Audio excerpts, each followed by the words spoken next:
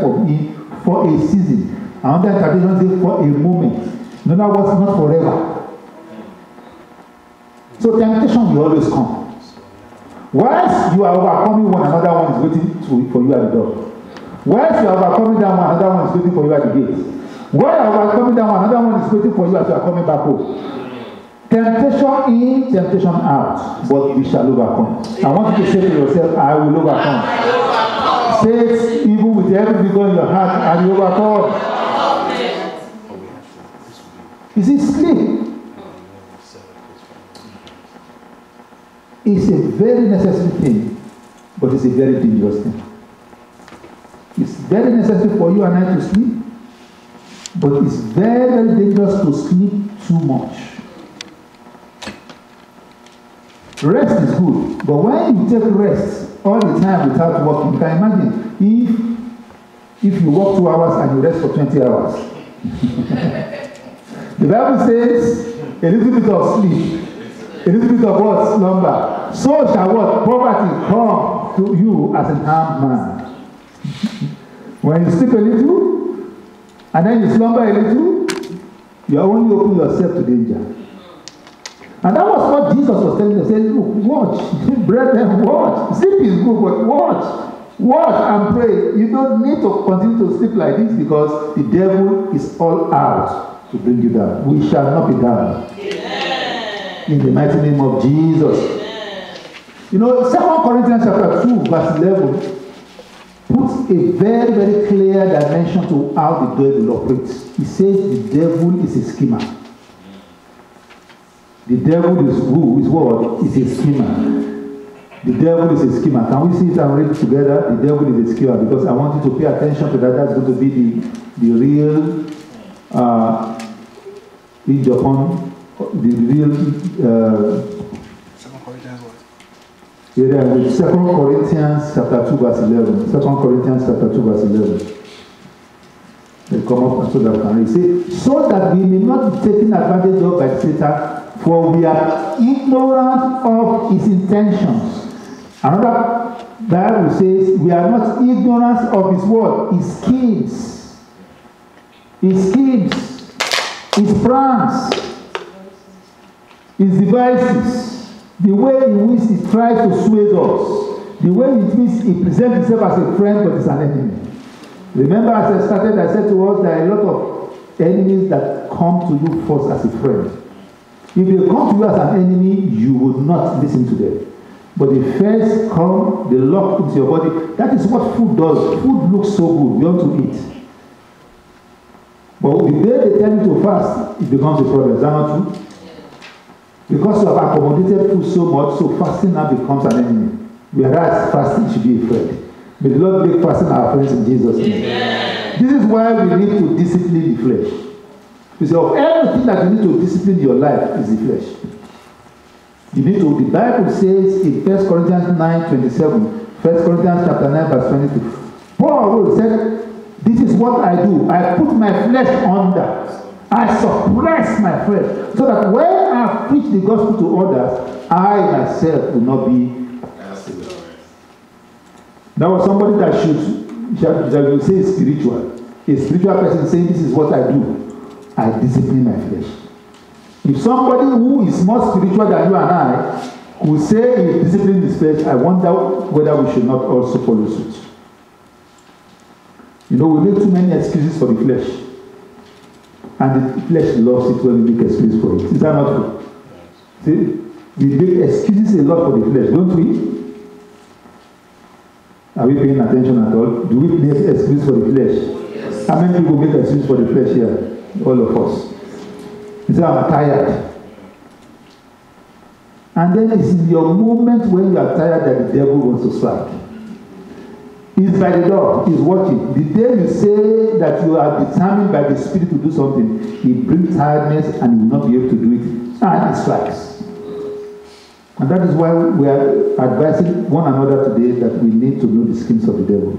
He will not strike us in the day of our limitations in Jesus' name. Amen. In Romans chapter 13, verse 14, the Bible says, let us walk honestly, from verse 13 right now, as in the day, not in rioting and drunkenness, nor in lewdness and lust, not in strife and envy, but put on the Lord Jesus and make no provision for the flesh. He said we should not make no provision for what? For the flesh. In other words, we should make sure at all times that the flesh does not have a position to rule over us, so that it will not fulfill the laws thereof. What the flesh wants to do is to master you. You must refuse it. The danger of excelling in life is when a man gives so much attention to the flesh. And you know, almost all of us pay more attention to the flesh than any other side. And that's what I'm doing today. We pay so much attention to the flesh. If anything happens to your body, you are not going to be at rest until everything is right with it. If you see a small pimple on your face, everybody must be told, everybody must give you counsel, the doctor must tell you how that pimple must get out right now.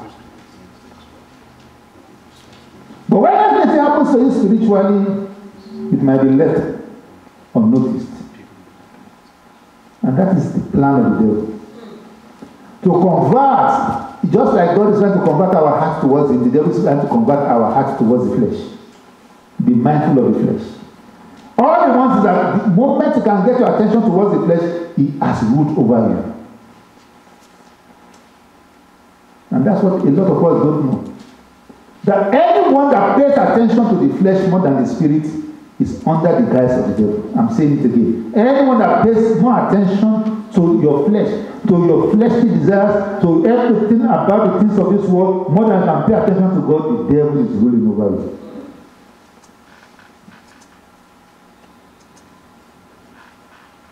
Permit me, let nobody take it personal, but it's true. Maybe I'm affected also.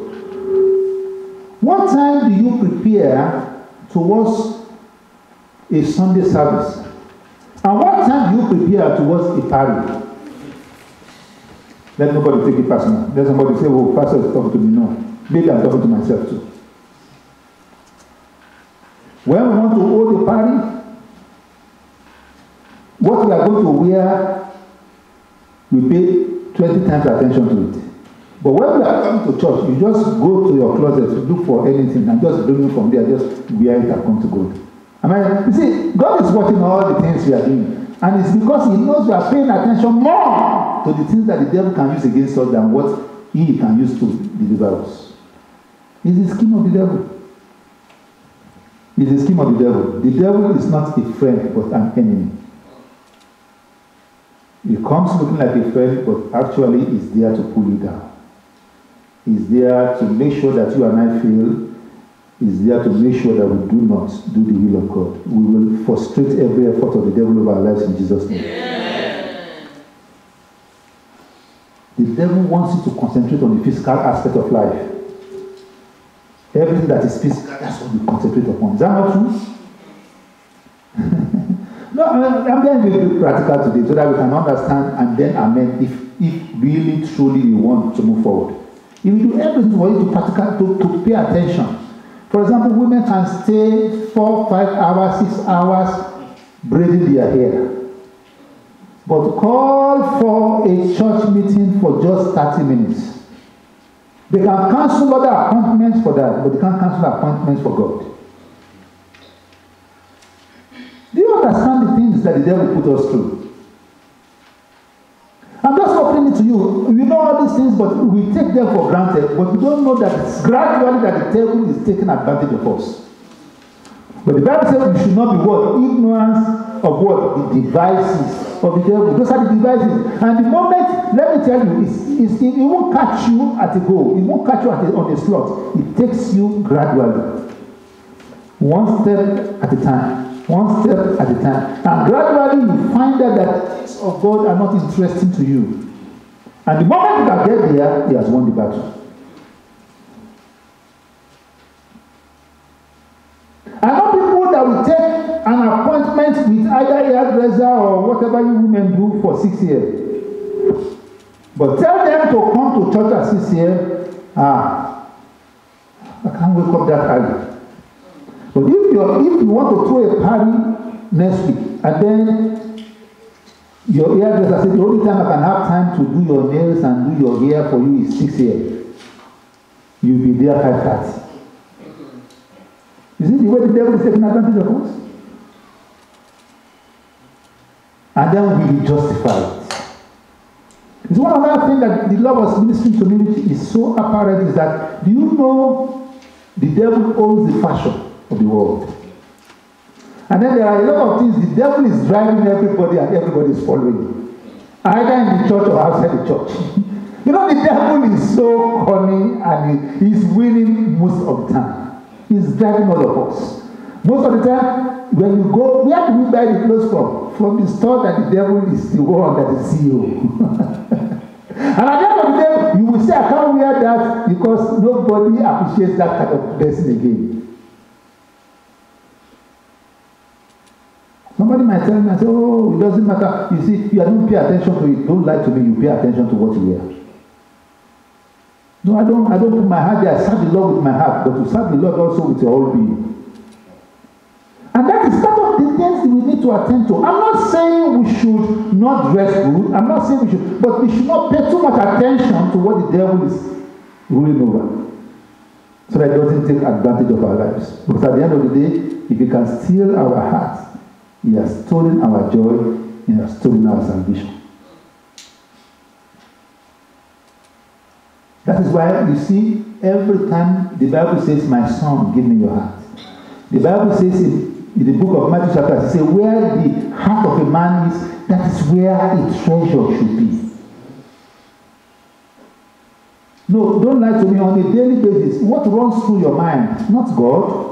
What runs through your mind are physical things and ephemeral things. Some people will be online shopping and checking from one store to the other. Oh, I found that one is cheaper in this store, it's $78. Oh, it's another store, it's $59, the same thing. Oh, and then you can spend time to do that, but have you spent time to combine and verify one scripture with the other? You can't. Part of the skills of the devil. You just want your attention.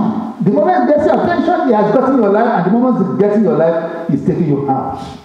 Will not be taken out in Jesus' name. Amen. I say will not be taken out in Jesus' name. Amen. The devil will make you to think about your outward appearance more than your inward being. I say the devil wants you and I to think more about what? How we look to others more than how we look to God. Am I speaking to anybody by chance? If anybody tells you you do not look good, you'll be miserable throughout that day. Why did you wear this kind of thing? You call everybody around. Do you know what he told me? He told me I didn't wear hat. You know, you justify, and I bought it's very expensive. Yet I did everything. Oh my God. Play over what is ephemeral. You see, the devil is winning. It may not be a good sermon that you want to hear, but I'm telling us the truth.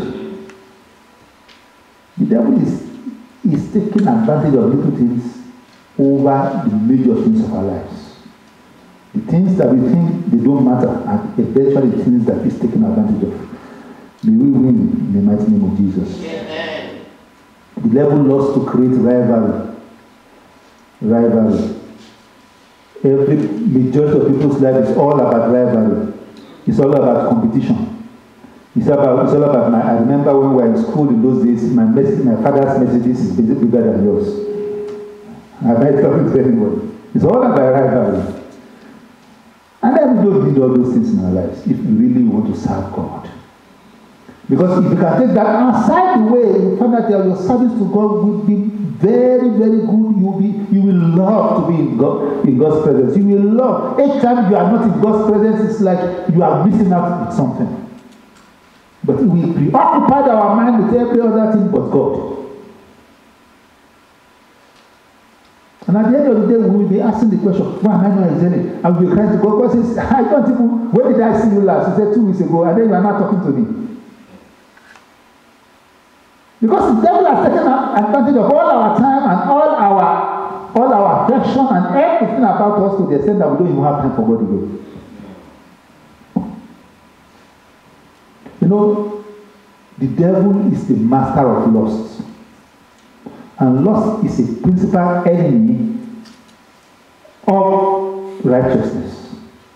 To be right with God, you have to deal with lust. The lust of the eyes, the lust of the flesh, and what? The pride of life. The devil is the master of it. In every sense and way, all the sins you can list out in the Bible are under lust. Adultery is under lust. Fornication is under lust. Drunkenness. Everything you can think of starts with lusting. You lust after, and then your act follow after, and at the end of the day, what happens? You are given to it, it has taken over your life. May we know how to take caution, even over everything about our lives in Jesus' name. Amen. Vain glory, we want to be praised. We want the celebration of men. Those are the plans of the devil. And when you are not celebrated, you are disgruntled. When you are not celebrated, we are talking about it at the School of Disciples yesterday. In some churches, people that are given to the church, they have their own chairs and their names are there. And then when they get to the church and somebody else is on their chair, they must. Can't imagine all that kind of things. Vain glory. That's part of the schemes of the devil. Being a friend of God, you are encouraged to love the Lord with all of your heart. And that is what the devil is attempting to take away from you. That you should love the Lord, love your God with what? All of your heart. The major and the simplest scripture in the Bible, Matthew 6:33, he said, do what? Seek the Lord with what? Yeah? Praise the Lord. Matthew 6:33. Praise the Lord. That's what we don't know. Seek the Lord first. Seek Him also with His righteousness. What do you say will happen? Every other thing you may want for the flesh or whatever, the Lord will take care of them. But we seek the flesh, we see the other things first. And at the end of the day, we want God to attend to us. It doesn't work like that. You can't put the cart before the horse. God wants us to put Him where He belongs, and we find out that everything will work out well for us. When you put God where He belongs, anyone that rises up against you will fall for your sake.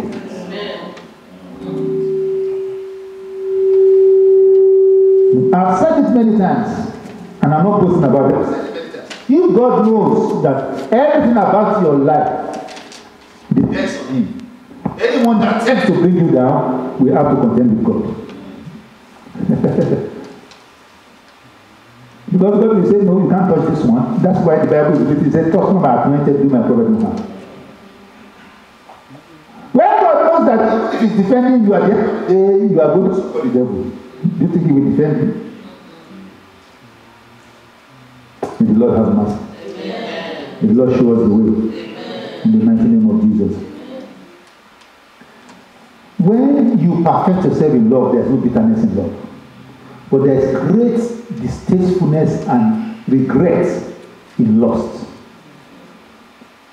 Love and lust are two parallel lines they can never meet. That's the reason why when you see two couples, a couple rather, a man and a woman, that are engaged in genuine love, they can do anything for one another. Is that not true? But when it is not love, it is lust. When that thing that has glued that person to the other is no longer there, what happens? It's a bye-bye. Do you see the power of lust? When you are lusting after something, the end result brings distastefulness, it brings bitterness. That is the reason why when it is lust that makes two couples, a boy and a girl, to go into an action of sex, afterwards you look at the lady and say, why did I waste all my time over this one? The woman also look at the guy and say, is it the reason why I did all this? Why? Because it is lust. But when it is love, you'll be glad you are together. When it is love, you don't look at the flaws. But when it is lust, every single problem comes to you for amendment. reason why we should not live under lust. We should let the love of God rule in our hearts with all godliness in the mighty name of Jesus. There is no bitterness in love. We must submit to God in all things. But our heart fundamental things are we submitting in God. It's only the things that are favorable to us that we submit to God. We choose and select the ones to say, God, I can submit to you here, here I can't. I will submit to the devil here. Praise the Lord. We have 20 things lined up. Number 1, I submit to God. Number 2, the devil. Number 3, the devil. Number 4, the devil. 5, the devil. Maybe number 7, God again. Number 8, the devil. And at the end of the day, we say we have God. We submit so much to this man. You don't understand. We submit so much to the devil. He's taking great advantage of believers. And at the end of the day, who is losing? We are the one losing. That is why we are supposed to. The greatest point at which the devil will take advantage of us is what? Is the flesh. Is the flesh. Is the flesh. Some people cannot fast because they are going to lose weight and they are going to look. They won't look as beautiful as they ought to look, and as such they do fast. When people fast, the first thing begin to check their weight. I've lost weight. No. Everybody, people. I remember the first day I took a 40-day fasting. My pants were dropping. And all my friends, in those days, one of my friends came to me and said, tell us the truth, we must have it. I didn't even answer him. I didn't answer him. I looked at him, I said, well, to you might be that, but I know I'm dealing with myself. No pain, no gain. We want God to give us everything in this world, but we are not ready to pay the price. We are not ready to pay the price. Some people want God to heal them, and God is asking you to fast. You can't even fast for a day, and you want healing. But some people would rather for another person to fast for them, for God to heal them. You see the problems of life. So I'm just giving us tidbits of things that we just need to pay attention to. It's not much of a sermon, but just an exhortation. So that the Lord even assist us in Jesus' name. As I begin to round up and close, I just want to give us some few ways that we need to attend to. Let's look at verse John 2:15-17, and then I'll use that to break down some points and close. 1 John 2:15-17. We have those 3 things we have mentioned. The first one is what? Lust of the eyes. The devil will make you to sit before TV between 6 p.m. to 12 midnight. You watch all the soap operas, you watch all the, what again do you watch? You watch the reality and watch till it's 12 midnight. And say, I've had a wonderful time this evening. And the devil will say, yes, we won together.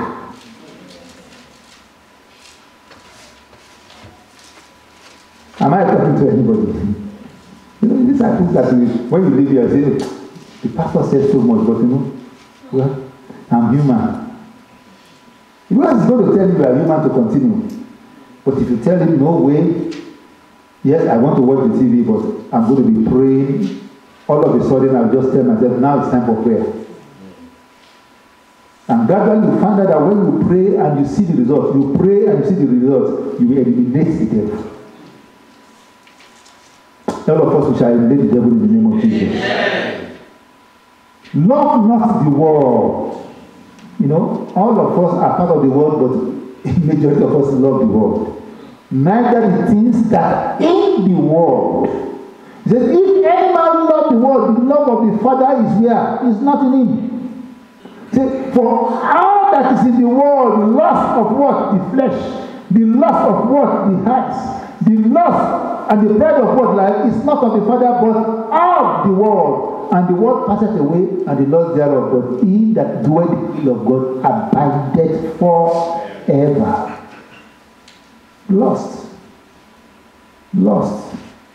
The devil knows how to use it against us easily because he knows the body, like he started, the body is what? Weak. Because you are dust. And then God wants you to master that body so that you can serve the Lord. So the devil will always want you and I to be mindful of the things that will perish over and above our soul. So beware. Number two, the devil will always create opportunities to sow to the flesh. If you have like $1,000 now, and then you remember there was one jewelry somebody told you about that is $750. Say, wow, and it's cheap. And then somebody will call and say, they are selling for $750 now. Better buy before they finish buying it. It used to be $2,000. And then God has told you earlier on that give me even 500. Huh? Say, God, you are going to wait. I have to buy that jewelry. And at the end of the day, you find out you are not able to give God what you have promised him again. That's how it operates. The devil will always create a situation that will drive you to make judgments that are against the will of God. You might say, oh, why is the pastor always talking? Like somebody told me the other day, wow, every ministration you must talk about money. Why are you talking about money? I hate it when you talk about money. I say, so when we come here and there's no, if imagine we come here, it's freezing outside and then you cannot sit down here today. It's even up to the extent that some of us are feeling so off. We can't enjoy the service. The money is not going to fall from the heaven. It's going to come from somebody.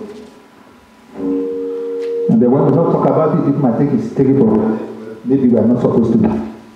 But it's not all I talk about. I've been talking about the flesh now. The devil will always want you to be offended by men. Beware. People will say things to you and then instead of you to say, thank you for correcting my life, I will change. You will say, you'll be focusing on the offense rather than the correction. Instead of you to say, this is going to change my life, what you are telling me, I will attend to it and change my life. You'll be looking at the offense. Why did he talk to me like this? You will not look at the substance. You're looking at the object. The devil will always divert your attention to what people will say. And it conquers so much there. All of us are living our lives. I've said it 1,000 times. We are living our lives for the people. What do people say? And as such, you cannot serve God. And as such, according to what we read, you cannot do the will of God because of what will people say. Brethren, listen to the people we always talk.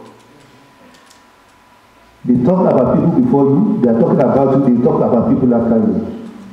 You can never satisfy no man. But the only person we should try to satisfy is God. Because he has promised, I will never leave you nor forsake you. Finally, steps as I close. I have 5 steps you can take, very simple steps. And then I close. The first step you must take, always surrender to God. When anything comes in conflict with your surrender to God, surrender to God. Because the Bible says in James 4:7, say, submit yourself therefore to God. He says, resist the devil and he will flee from you. Submit yourself out, therefore to God. Then you will be able to do what? Resist the devil and the devil will flee from you. James 4:7. If you don't submit yourself to God, you can't resist the devil. If you are debating the word of God and have contention and asking questions about why should God do this, or why should God write this, or why should God demand this from me, then you will not be able to submit to God, and then you will not be able to resist the devil. And when you don't resist the devil, he's winning again. Always be sober. Let sobriety be your second name. Do everything in moderate. Be moderate about anything. Even if you can afford to do something gorgeous, be moderate. Am I speaking to us? Because the devil knows how to make our head to be swollen when it's all about us. And then everybody say, I like your hair. You say, you like it? I've not started. The one I'm going to do next week, you will see. That's how the devil operates. And then you do the one next week again. And then next week say, wow, I've never seen any hair. You say, okay, wait a minute. The one after this next week, you will see. That's how the devil operates. That's why we are supposed to be sober. We are supposed to temperate it. We are supposed to bring it down. We are supposed to mellow it. We are supposed to take it to a level where the devil cannot take advantage of us. To make us to be proud and knowingly unnecessarily. We are supposed to tell him, no, it's not about me, it's about God. Whatever the devil will want you to be glorified of, that God will not take the glory, begin to say you don't like it. I'm not saying we should not do good for God. But when it's going to be pointing to you more than pointing to God, then you refuse it. It should be all about Him and less about us. You don't know what John the Baptist said? He said, I must decrease for Him to do what? To increase. Are you decreasing for God to increase, or are you increasing for God to decrease? It's a question I'm asking us today. Is it all about you and then a little about God? People don't like to hear about money, but you can do a drive-through. Can I have cheeseburger with triple whatever and triple this and triple that? Put a little bit of this on it. They say that's $3. Don't worry. They say, okay, what again? They say, oh, maybe when I get home. You have chips, give me large fries. 2 bars. You can ask for that. $22 something. Say, no problem. But when you come to the house of God, offering time, $5. God, we have mercy. You know, I look at people, I just laugh. Do you know how God has taken so much advantage of you? God. The devil is taking advantage of man on daily basis. You don't step aside and say God must be honored first. And the devil is taking advantage. Walk, number 3, walk by the Spirit. He said we should walk by the Spirit, you will not fulfill the lust of the flesh. Walk according to the spiritual standards. Walk according to the spiritual. Galatians 5:24. Walk by the Spirit. He says you will not fulfill the desires of the flesh. Desire always to do the things that will produce spiritual fruits. See, and they that are Christ have crucified the flesh with the affection and the lust. Crucify the affection of the lust. Crucify it. When the devil is bringing that a desire to you, say, no, I refuse it. This is going to take me to more dangerous spots. I refuse. When the devil is making to dress skimpily, say, if I dress skimpily, then people that I don't expect to talk to me, like somebody when we went to a seminar years back, and then somebody will say, oh, why is it that it's just these three fraps that are talking to me all the time? So she did like that. Why is it all these guys that are not? Then the guy that was there say, how do you dress? Determine who we talk to. When you dress like a Wall Street person, the only people that will attract to you will be Wall Street guys. When you dress like those in the wood, only the wood guys will talk to you. And my point was, you are attracted by how you dress. And that goes also to our young ones. Because most of the time, they normally want the best, but they don't give the best. Number 4, make no provision for the flesh. We talked that one. Rather, crucify the flesh. Rather, crucify the flesh. What your flesh is asking for, don't give your flesh everything your flesh wants.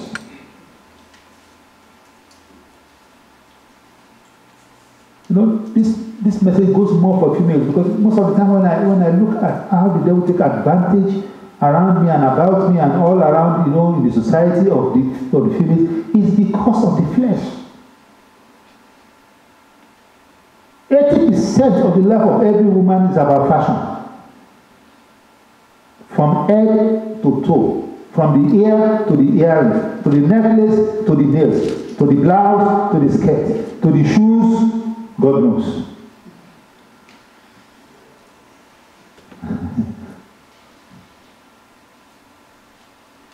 And then the devil can help you say, I'm looking good for my husband. You are looking good for your husband. God bless you.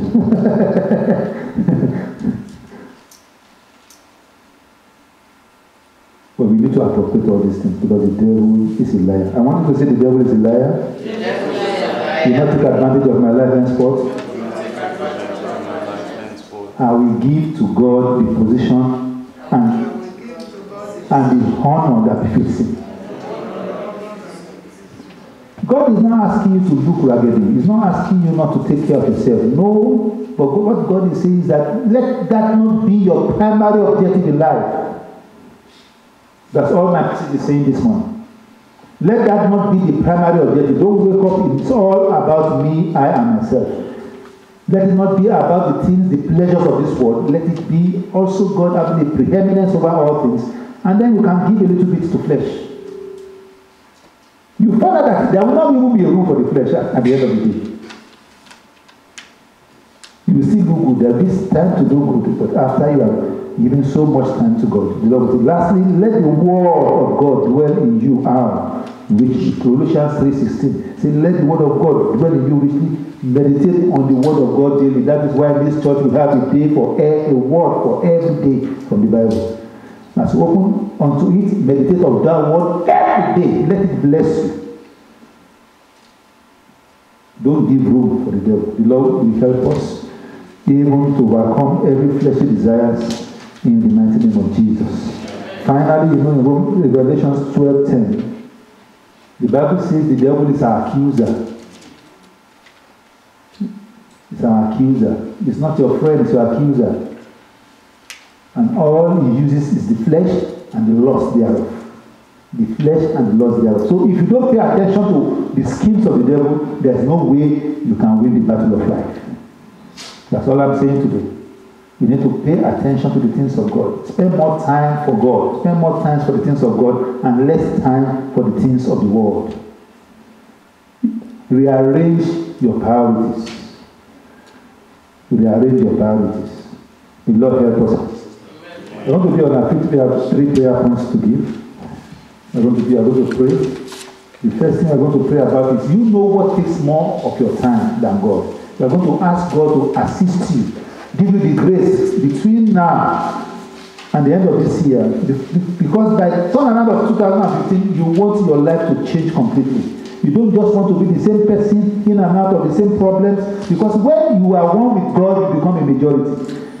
Whatever the devil is using to take advantage of your time, advantage of your flesh, cry unto the Lord this afternoon. The devil is taking advantage of me in this area. God help me. God assist me. I just discovered that the devil is using this to make sure that I don't have time for my God. God Almighty assist me to overcome this fleshly lust and fleshly and worldly desire. Pray in the name of Jesus. You can spend time at the mall, 6 hours at the mall, looking for just one shoe. But to spend 2 hours before God, you cannot even do it. It's plan and the plans of the devil. Open your mouth and pray, God Almighty, help me, help me, help me, help me. The devil is taking, he has gone so far in some people's life. He's taking so much advantage, so much advantage, so much advantage, so much advantage. And God is not happy because you are not where God wants you to be because of the devil taking advantage of you. You need to cry unto the God and ask God to deliver you.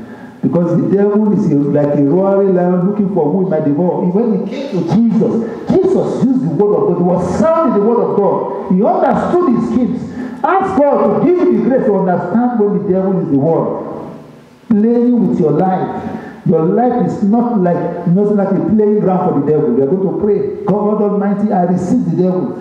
Give me the grace to resist the devil. Pray that God will give you the grace to when the devil comes at you with all his plans. God Almighty, give me the grace to resist the devil. Give me the grace to resist the devil. In the mighty name of Jesus, God Almighty, give me the grace to resist from today. Give me the grace.